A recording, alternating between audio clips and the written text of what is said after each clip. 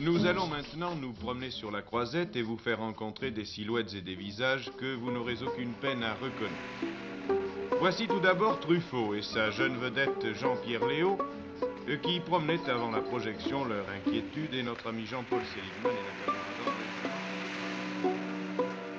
Le festival 1959 consacre la Nouvelle Vague comme événement public. C'est un triomphe.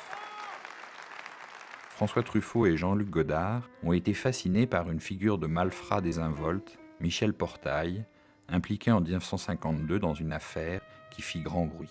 Quand Jean-Luc Godard cherche un sujet pour convaincre un producteur, il se souvient de cette affaire et du projet de film qui en était né sous la plume de son ami Truffaut, un projet déjà intitulé « À bout de souffle ». Il offre à Godard son premier film. J'ai toujours pensé que le cinéma était très bien, simplement que ça manquait de sincérité et qu'il fallait faire la même chose en mieux.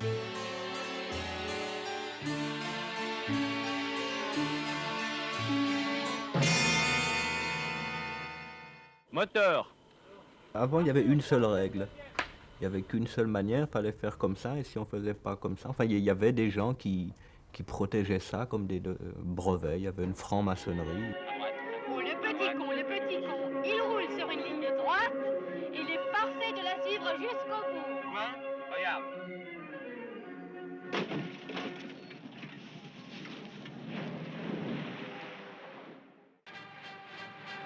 Entre les deux cinéastes, la présence déchirée de Jean-Pierre Léaud attise les rancœurs, comme s'il se disputait un enfant, l'enfant de la vague. Léaud voudrait ne pas devoir choisir, tourner avec Truffaut, puis avec Godard, et inversement, et c'est pour lui de plus en plus difficile. Il vit mal cette époque de sa vie, minée par les divisions de ses pairs.